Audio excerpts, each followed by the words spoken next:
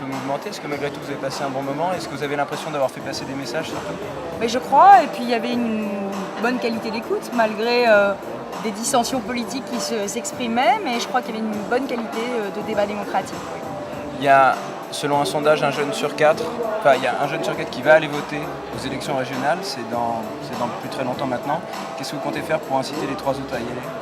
Je leur dis que la région a toute la compétence pour la formation professionnelle et donc pour l'insertion professionnelle. Donc c'est important que la région réussisse dans ce domaine et c'est pour eux.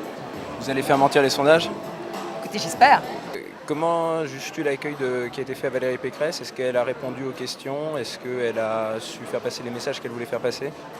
Je pense qu'elle a été bien accueillie par les étudiants.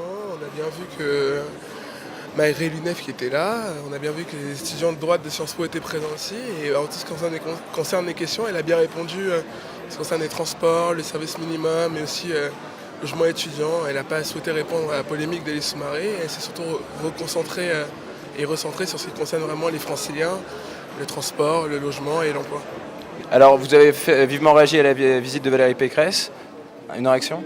Non, on voulait juste montrer que les étudiants étaient présents et qu'on réagissait justement à la venue de celle qui est encore aujourd'hui ministre de l'Enseignement supérieur et qui est candidate au régional pour essayer de mettre en lien sa politique et son bilan dans l'enseignement supérieur avec sa candidature aux élections régionales. J'ai été impressionné parce que la ministre est très forte.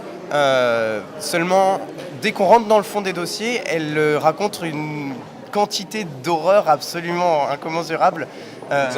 Par exemple, elle nous dit, par ailleurs, que Paris 7 c'est Tolbiac, alors que c'est pas rien. Ça en fait un peu tâche pour une ministre de l'enseignement supérieur. À part ça, sur le fond des dossiers, quand elle nous explique que l'université Paris Cité, le nouveau pôle de recherche et d'enseignement supérieur, accueille le Paris 13, ce qui est faux, alors que Paris 13 est un membre associé mais exclu du PRES, que l'université est cohérente dans sa structure géographique alors qu'on a entre autres l'école des hautes études en santé publique de Rennes, quand elle nous explique que ça va devenir le nouveau Harvard européen, alors que tout le monde au sein même de Sciences Po, des conseils d'administration, sait très bien que le document est si mal conçu qu'il ne va jamais prendre d'ampleur, que c'est juste une boîte à argent public. C'est un discours un peu lunaire, très autosatisfait de sa politique, alors qu'il n'y a vraiment pas de quoi se réjouir.